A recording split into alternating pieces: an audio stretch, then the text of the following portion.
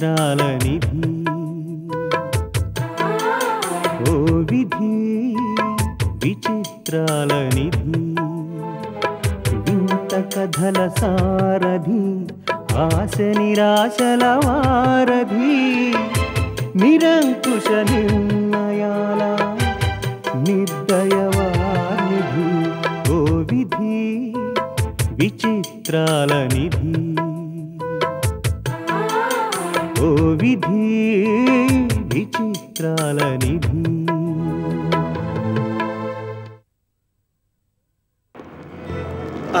Wish me all the best Sandhya గారు. ఇదేమిటండి? Okay, పుష్పగుచ్చం. అది సరే, ఇప్పుడెందుకు అని.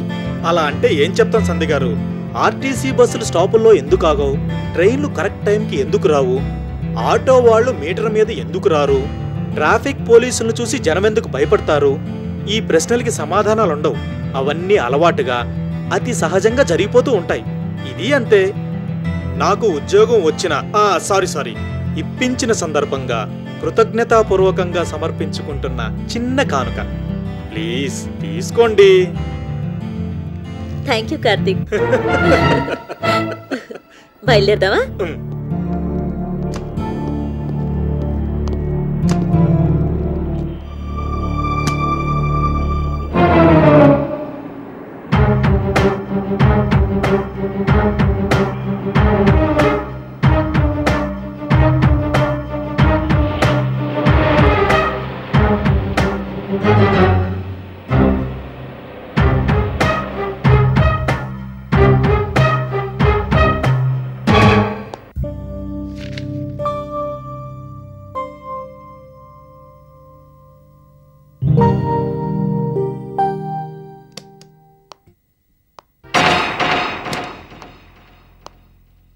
రా భార్గవి.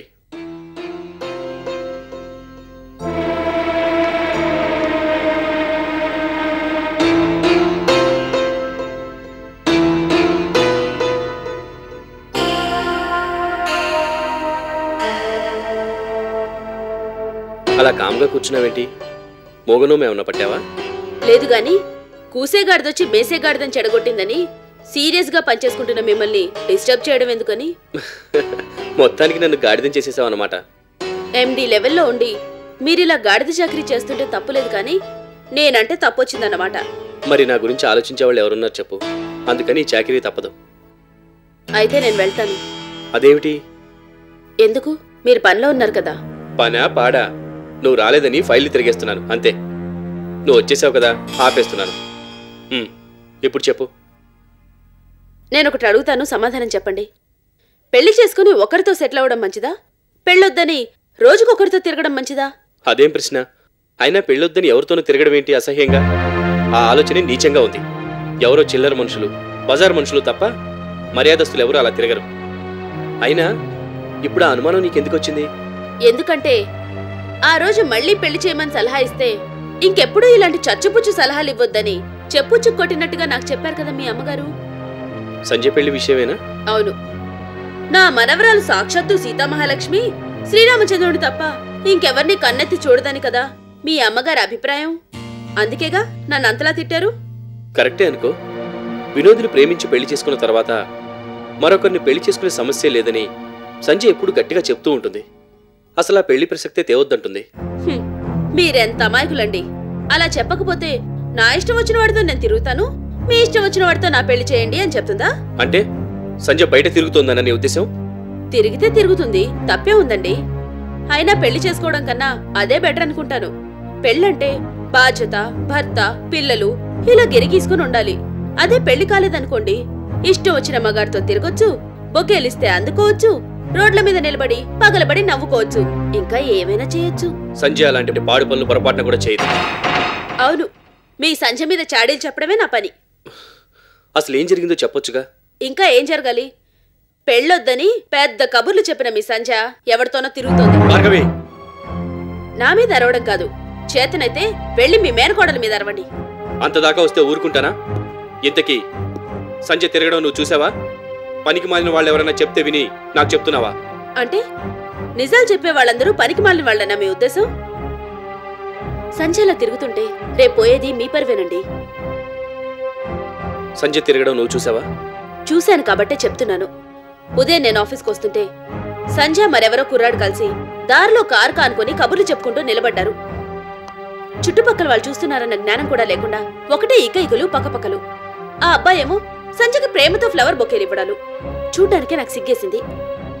చిచి, వినడానికి అసహ్యంగా ఉంది. వినడానికి మీకే అలా అనిపిస్తే చూసిన దాన్ని నేనెంత బాధపడి ఉంటానో ఆలోచించండి. అక్కడే పట్టుకుని కడిగి పారేయలేకపోయావా? సర్లేండి, చక్కగా పెళ్లి చేసుకోమని సలహా ఇస్తేనే నన్ను అంతలా తిట్టారు. ఈ విషయం అడిగితే ఇంకేమైనా ఉందా? నేను ఇక్కడ ఉద్యోగం చేయడం మీకు ఇష్టం లేదనుకుంటాను. ఇది తప్పు అని చెప్పడంలో తప్పే ఉంది భార్గవి. సంజయ్ నువ్వు అడగకపోయినా నేను అడుగుతాను. అడిగి మీరు చెడవడం తప్ప మరే ప్రయోజనమూ ఉండదండి. సంజయ్కి వాళ్ళ అమ్మమ్మ సపోర్ట్ ఉంది.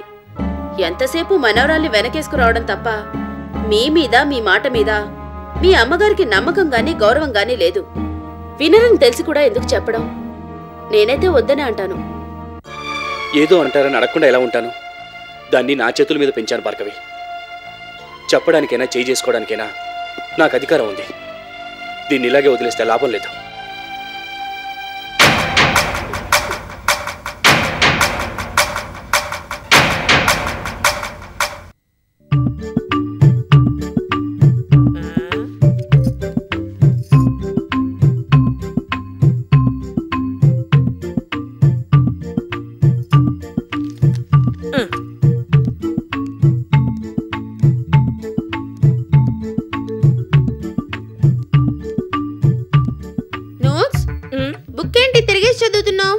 చదవడం రానోళ్ళకి పుస్తకం ఎటుంటే ఏటమ్మా బొమ్మలు చూస్తున్నా.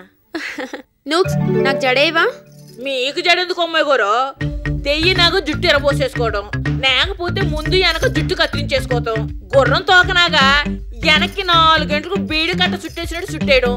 ఇప్పుడు అదే కదా పేసనం. ప్లీజ్, మరి నాకు రాదు, వెయ్యవా? ఇక్కడ పుట్టి పెరిగిన ఆడపిల్లలకే సరిగ్గా జడేసుకోవడం వచ్చి సావదు. మీకు ఎలా కొత్తదిలే. చక్కగా జడేసుకొని జడగంటలు ఎట్టుకొని తల నిండా పూలెట్టుకొని ఓ అమ్మాయిలు సెంగున ఎగురుతుంటే ఆ అందానికి మొగోలంతా ఎరుసూపులు చూడాల్సిందే. ఇప్పుడు ఆ రోజులు పోయాయి. జడేసుకోవడానికి సిగ్గు. అందుకేగా మొగోల్లాగా క్యాపింగ్లు కట్టింగ్లు వచ్చేసినాయి. ఆ క్యాపింగుల్లో ఆడ మొగో పోల్చుకోవడమే కట్టం. అలా ఉండడం తప్పంటావా? అనడానికి నానెవులనమ్మా. నానంటే మానేస్తారా? ఈ దేశంలో మందు తాగితే బాగోదు, అమెరికా వెళ్ళి మడి కట్టుకుంటానంటే అది బాగోదు. ఎవరు పద్ధతులు ఆలయి, ఎవరు కట్టుబాట్లు ఆలయి. అవన్నీ ఒగ్గేసి పూలను చూసి నక్క వాత పెట్టుకున్నట్టు సినిమాల్లో సేవ దర్శనం చూసి జుత్తు కత్తిరించుకుంటే మాత్రం నాకు ఒళ్ళు మండుద్ది. నువ్వంటే నాకు అందుకే ఇష్టం. నోక్స్, మనసులో ఏమీ దాచుకోవు. నీకు నచ్చని విషయాన్ని మొహం మీద చెప్పేస్తావు. నిజమేనమ్మా. అయినా ఏట్నాము అలాగ చెప్పినందుకే మా అమ్మగారి చేత శివాట్లు చెప్పు దెబ్బలు తింటుంటాను. గ్రానీ సంగతి నీకు తెలిసిందే కదా, వదిలే. నోక్స్, ఇంతకీ నాకు జడవేస్తావా వేవా? మీరింత ముచ్చటపడి అడుగుతుంటే నానెందుకు కాదంతాను? రండి కూకుడండి.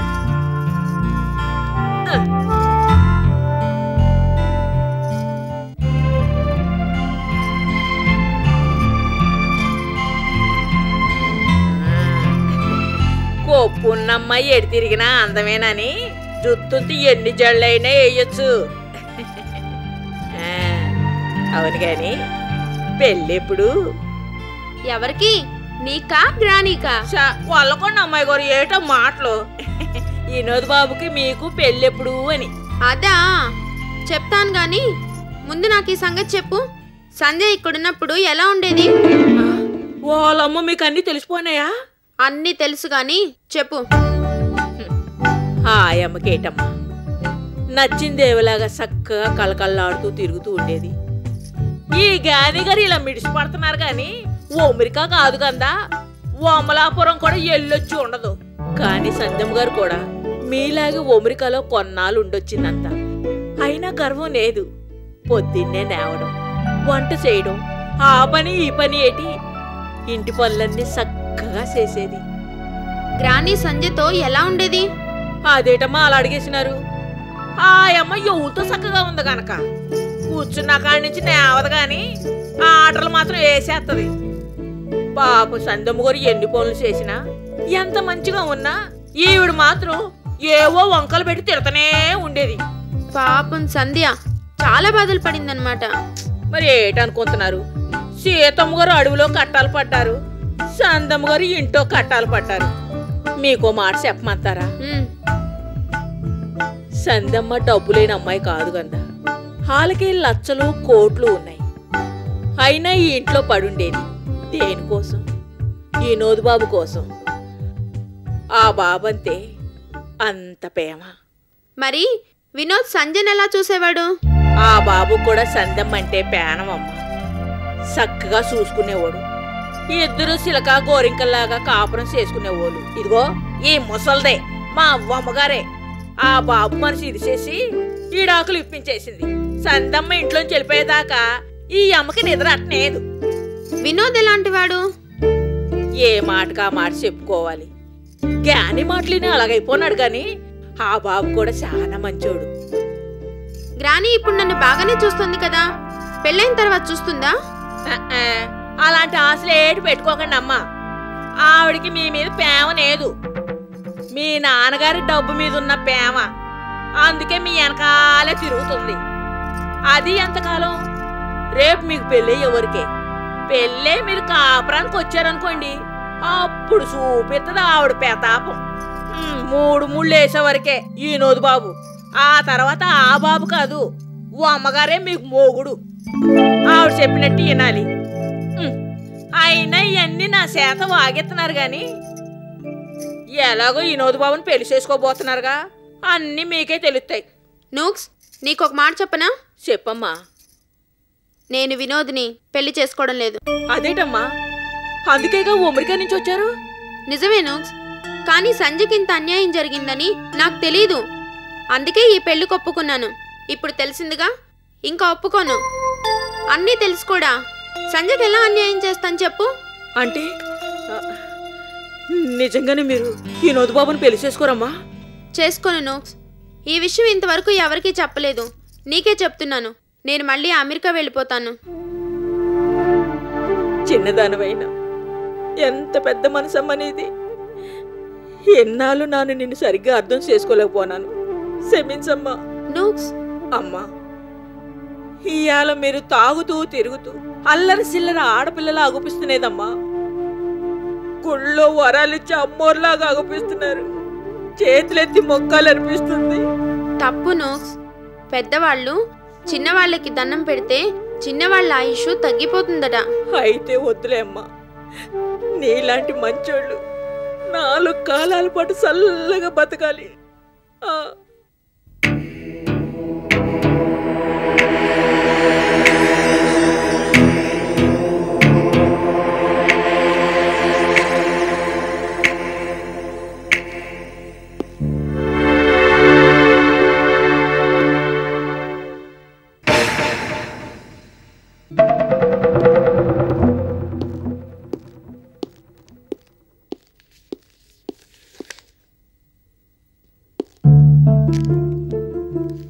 సంజయ్, బొకే చాలా అందంగా ఉందమ్మా. నిజమా మావయ్య? అంత అందంగా ఉందా? అవునమ్మా, పూలు ప్యాకింగ్ చూడముచ్చటగా ఉంది. ఎక్కడ కొన్నావు? నేను కొనలేదు మావయ్య. అలాగా? ఎవరైనా కానుకగా ఇచ్చారా? అవును మావయ్య. మామూలు కానుకగా ఇచ్చారా, ప్రేమ కానుకగా ఇచ్చారా? అదేం ప్రశ్న మావయ్య? బొకే ఎవరిచ్చినా ప్రేమతో అభిమానంతోనేగా ఇస్తారు. అలాగా? నాకు తెలీదులే. ఇంతకీ ఒట్టి ప్రేమతోనే ఇస్తారా, పబ్లిక్ గా 10 మంది చూస్తుండగా కూడా ఇస్తారా? అదేమిటి అలా అడుగుతున్నావు? ఏం లేదు, నీకెలా ఇచ్చారో తెలుసుకుందామని. ఎలా ఇస్తే ఏముంది, అందులో తప్పేం లేదుగా. అయినా బొకే గురించి ఇన్ని ప్రశ్నలు అడుగుతున్నావేంటి మావయ్య? ఏం లేదు, రేపు నన్నెవరైనా నీ గురించి అడిగితే సమాధానం చెప్పాలిగా. నా గురించి ఏమని అడుగుతారు? అయినా ఈ డొంక తిరుగుడంతా ఎందుకు? అడగాల్సిందేదో సూటిగా అడుగు. సూటిగానే అడుగుదాం అనుకున్నాను, కానీ సంస్కారం అడ్డొచ్చి నీ అంతటి నువ్వే చెబుతావని ఆగాను. దేని గురించి చెప్పాలి? ఈ బొకే గురించా? కాదు, బొకే ఇచ్చిన బాయ్ ఫ్రెండ్ గురించి. ఏం మాట్లాడుతున్నావు మావయ్య? బాయ్ ఫ్రెండ్ ఏమిటి? ఏమీ తెలియనట్టు మరీ అంతగా ఆశ్చర్యపోవద్దు. నువ్వు రోడ్డు మీద కారాపి నిలబడ్డం, బాయ్ ఫ్రెండ్ బొకే ఇవ్వడం, ఇద్దరూ పగలబడి నవ్వుకోవడం ఎవరు చూడలేదనుకుంటున్నావేమో. ఇదంతా నువ్వు చూసి మాట్లాడుతున్నావా? ఎవరో చెప్తే విని చిలక పలుకుల్లా వల్లిస్తున్నావా? ఏదైనా ఒకటేగా. అయినా నేనేం తప్పుగా మాట్లాడలేదు.